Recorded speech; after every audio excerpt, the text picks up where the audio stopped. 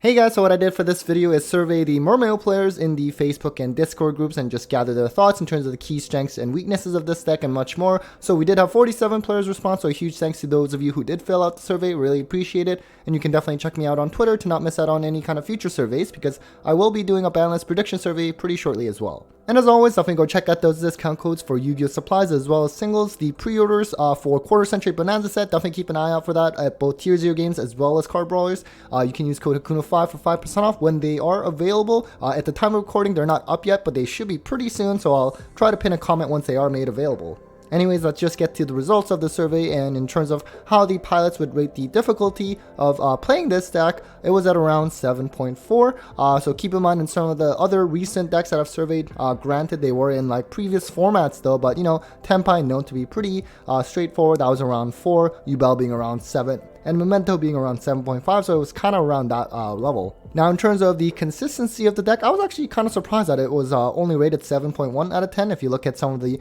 recent decks that I've surveyed as well, it was actually lower than all of them. So kind of interesting. I feel like anytime I go against Mermail, they're just always guaranteed hand ripping me. But at the same time, I did read some comments here and there in terms of, you know, drawing all these cards that are meant to be discarded, but they don't actually draw the cards that can discard them.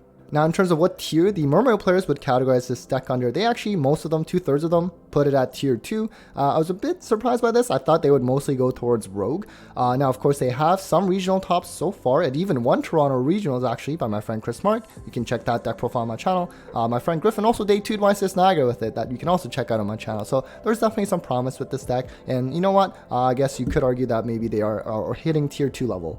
Now in terms of the key strengths of this deck, I tried my best to summarize the key themes that were in the survey responses. The first and main one really has been known for a while, is just their ability going first because they're hand rip and just getting knowledge of the opponent's hand if they have minstrel access. On top of that, actually slapping like 2 Omni Negates and, you know, some other interruptions as well. It's really, really strong. Any kind of hand loop kind of deck, if it goes first, you know, usually you're going to be winning.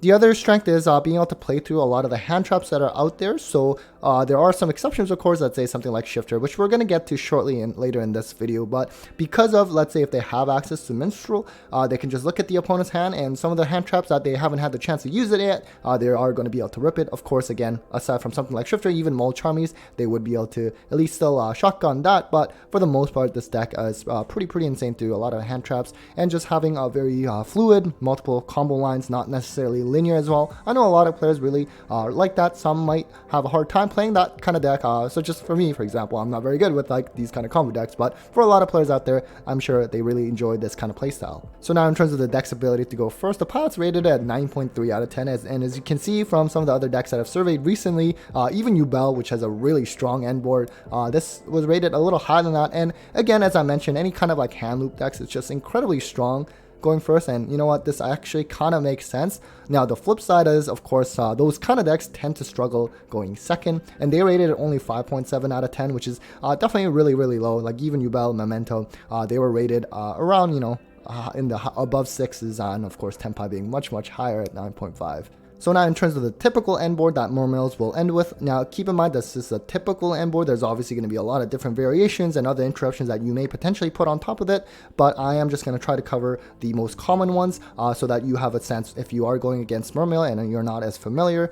So the main thing to know is Moulin Glacier, that's going to rip 2 cards randomly out of your hand. If they have access to Minstrel, they can actually rip 1 more. Technically, you do get that back later, but because, as I mentioned earlier, let's say they start their turn with Minstrel, they rip out like an Ash from your hand, for example, or something like that, that can still make a difference, right? Or let's say your hand, you don't have any hand traps, they can actually use Minstrel to, let's say, rip out the worst card in your hand. That way they can ensure that Moulin Glacier will rip the good cards because it is random. So keep that in mind. You have the new Link 3 that can provide targeting protection, which, you know what, they already have the hand rip, but on top of that, you have the double negate with totally awesome. So that's a lot to go through. They did mention that other than Toad, sometimes if they use Minstrel and they know what the opponent's playing, then perhaps they go with like Abyss Dweller instead with 1 Toad. So that's still very strong. There's obviously a lot of different other interruptions that this deck can put up. You have something like the Biscayos, which can provide like battle protection, like some kind of form of monster negate.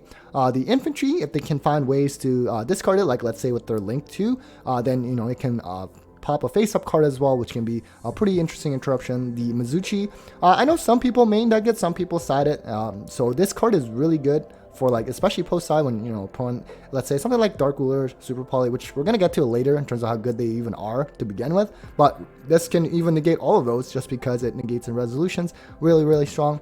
This is obviously Infernoble had something similar, which I assume was sort of inspired by this card. And then you also have the Virtue Stream, which is kind of like an Icarus attack, which if you're not familiar with, basically they'll pop their own and then pop 2 cards of the opponents. So next we're going to cover the hand traps that are most impactful against Mermail, so you can sort of use this as like a side deck guide. And you know, Dimension Shifter is one that they really respect the most because it's something that you can shotgun, which as I mentioned before with Minstrel, you're not going to be able to rip that out. And Shifter, this deck is very reliant on sending to the graveyard, it's including sending as cost, which you cannot do under Shifter like effects. So it's going to be really strong, but you can say that about a lot of the different decks, especially the ones that I've surveyed. Shifter is usually kind of like #1 up there. Fuwalos is another one. This is kind of interesting because every time I've seen Mermail deck profiles, I feel like, or at least talk to the players, I feel like they've had, or they mentioned that it didn't seem to be as great, and they have like a lot of these backup plays. You know, you can still rip a couple of cards with Moulin Glacia and the like, and Mizuchi's still there as well. So Fuwalos as well as Perlia, they are cards that, as I mentioned, you can still shotgun it before it gets ripped out by Minstrel. So maybe that's one of the reasons that it scored this high. Droll is another one. Traditionally, this card has been always great against Mermail because they do add a lot.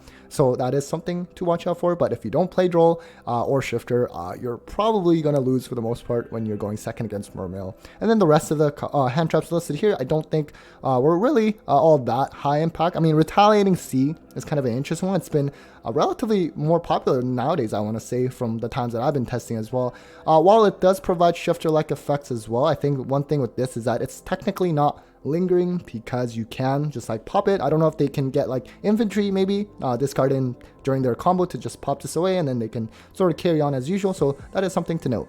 So now in terms of board breakers that are impactful against Mermail, so this one's a little tricky, right? As I mentioned, they're going to rip 2 cards and also set up like Double Toad and also Mizuchi being a sort of a negate on resolution of spells. That makes it really difficult. And I think for the most part, board breakers aren't really all that great because you want to just stop them through hand traps and just prevent them from like hand looping it to begin with. Because something like Sphere Mode Lava Golem, sure, they did put that up pretty high here, but keep in mind, again, even after you do all this, you still have, you know, 2 cards that you already lost from the previous turn when they hand loop you. So it's going to be kind of an uphill battle, right? Now, in terms of the Floodgates that are impactful against Mermail, so any kind of like graveyard banishing kind of effects like Macrocosm's Deep Fissure, that's going to be really strong. I put different Dimension Grounds separately here in the survey, even though it's like the same kind of effect, only because it's a popular thrust target right now, so I just wanted to sort of put that in there to make it a little clear. Deck Lockdown has also been a pretty popular card in certain decks, especially something like Centurion, because they can play it well.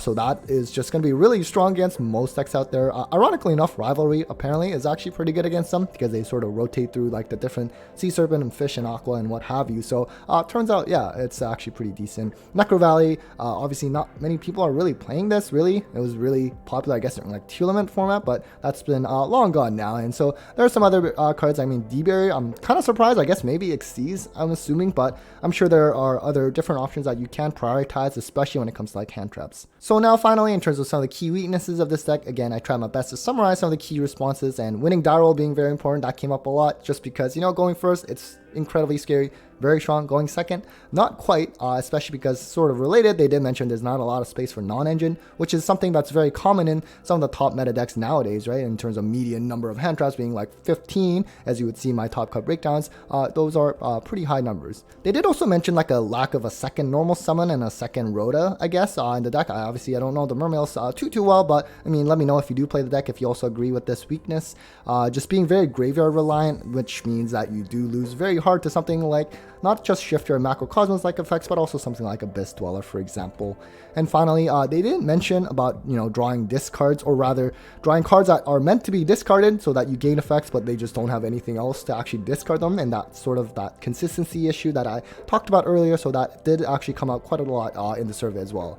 Alright guys, so that was it for the pilot survey breakdown for Mermails. Again, a huge thanks to all of you who did contribute and respond to the survey. Really appreciate it. This video would not have happened without you guys. So if you do play Mermails, hopefully this video was interesting to understand what your fellow pilots think. And if you don't play Mermails and you're trying to prepare against them, hopefully this was helpful as well. So big thanks to all of you for watching. Huge thanks to my patrons and sponsors for the continued support, and well, take care guys.